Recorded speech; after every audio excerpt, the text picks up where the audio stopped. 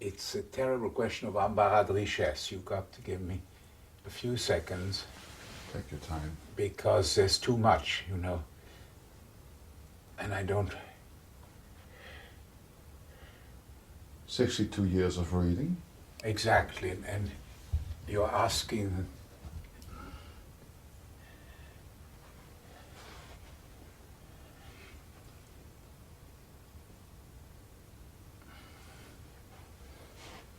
Terrible question.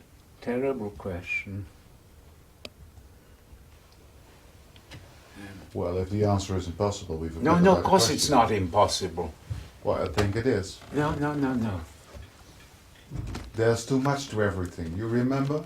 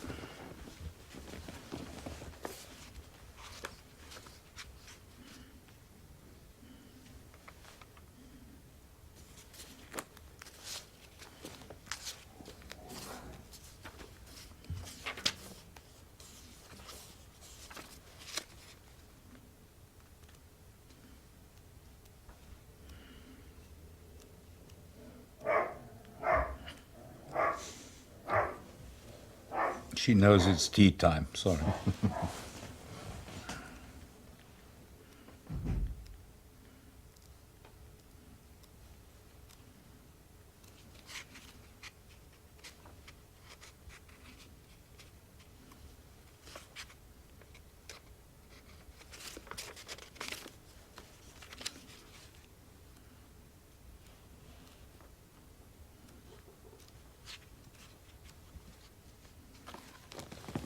Tell me when you're ready. We're ready. Even very great writers rarely change the power of very simple words. We all now come after Ernest Hemingway. Nobody has used the little word "and" again in the same way since Hemingway. And one of the great passages which illustrates all my worries about people no longer recognizing great references, people becoming deaf to the most moving literature, are in one little passage from the novel The Sun Also Rises. The title, of course, is from Ecclesiastes in the Bible, or it's known in the English edition as Fiesta. Two very close friends are on a bus, and they think they love each other. They think they are really, totally true to each other. We went through the forest, and the road came out and turned along a rise of land, and out ahead of us was a rolling green plain and the dark mountains beyond it. These were not like the brown, heat-baked mountains we had left behind. These were wooded, and there were clouds coming down from them. The green plain stretched off. It was cut by fences, and the white of the road showed through the trunks of a double line of trees that crossed the plain towards the north. As we came to the edge of the rise, we saw the red roofs and white houses of Burguete ahead, strung out on the plain, and away off on the shoulder of the first dark mountain was the grey, metal-sheathed roof of the monastery of Roncesvalles. "There's Roncesvalles," I said. "Where?" "Way off, there where the mountains start." It's cold up here, Bill said.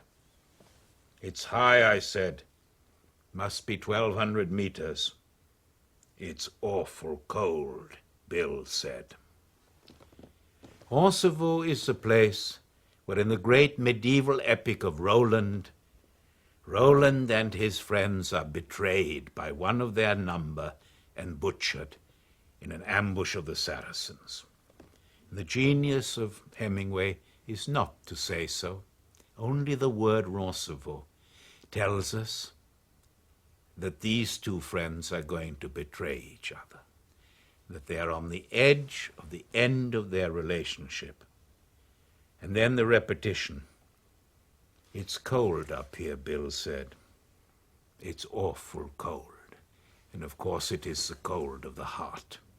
And only a very great artist can say everything without saying anything.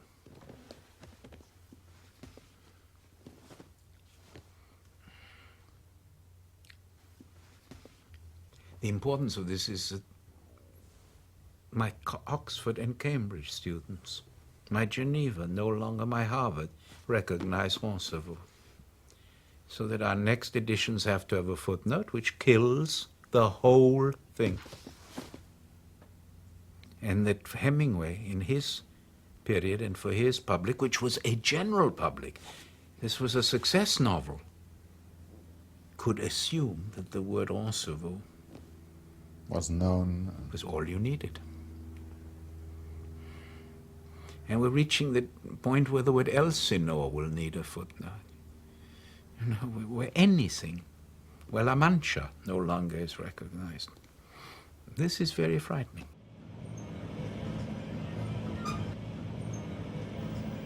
Nee, op de kermis zul je er niet snel tegenkomen. Dus vergeet deze beelden van vlak om de hoek. Maar misschien is het ook misleidend om met Hemingway te beginnen. Steiner in de rol van cultuurpessimist. Bang dat het boek, ja, dat de collectieve herinnering uit zal sterven. Dat beeld kennen we van hem. Vandaag zouden we het hebben over schoonheid en troost. Toen ik hem uitnodigde, schreef hij per omgaande terug. Ik ben een boek aan het schrijven met de titel Errata. Maar het had evengoed van de schoonheid en de troost kunnen heten. Wat een wonderbaarlijk toeval. Kom maar zo snel mogelijk langs. Mijn herinneringen staan tot je beschikking. And when one asks oneself, looking back on that kingdom of memory, where do the great movements of consolation come from? Very often the answer is different concepts, I underline different concepts of beauty, intellectual, aesthetic, profoundly personal. But the two words are, if you want, like partners in a dance,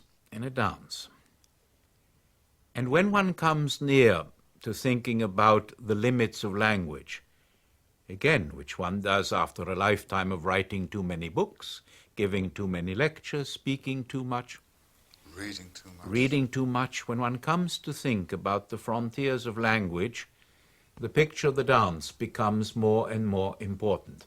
How concepts in some ways are very physical and circle around each other. And so what I meant by that was that this little book, which is a memoir and an intellectual autobiography, could have had your very moving choice of terms as a kind of subtitle.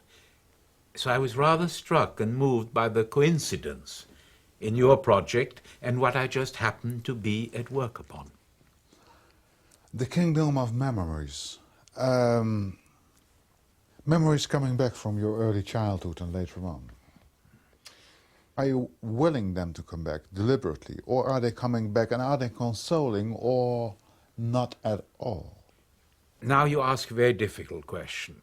Psychologists tell us that between willing and the involuntary processes of memory, one fools oneself. Nevertheless, when you sit down to write a little autobiography or an essay involving these early years, there is a part of willing. I am very, very lucky. I've had almost a photographic memory my whole life. The French lycée trained this memory just like you train the muscles of an athlete, learning by heart, by heart, by heart, to which I owe everything. I still do it at my age. There are very few days when I don't try to learn something by heart. I do long memory exercises. It's very funny, it's very childish. I recently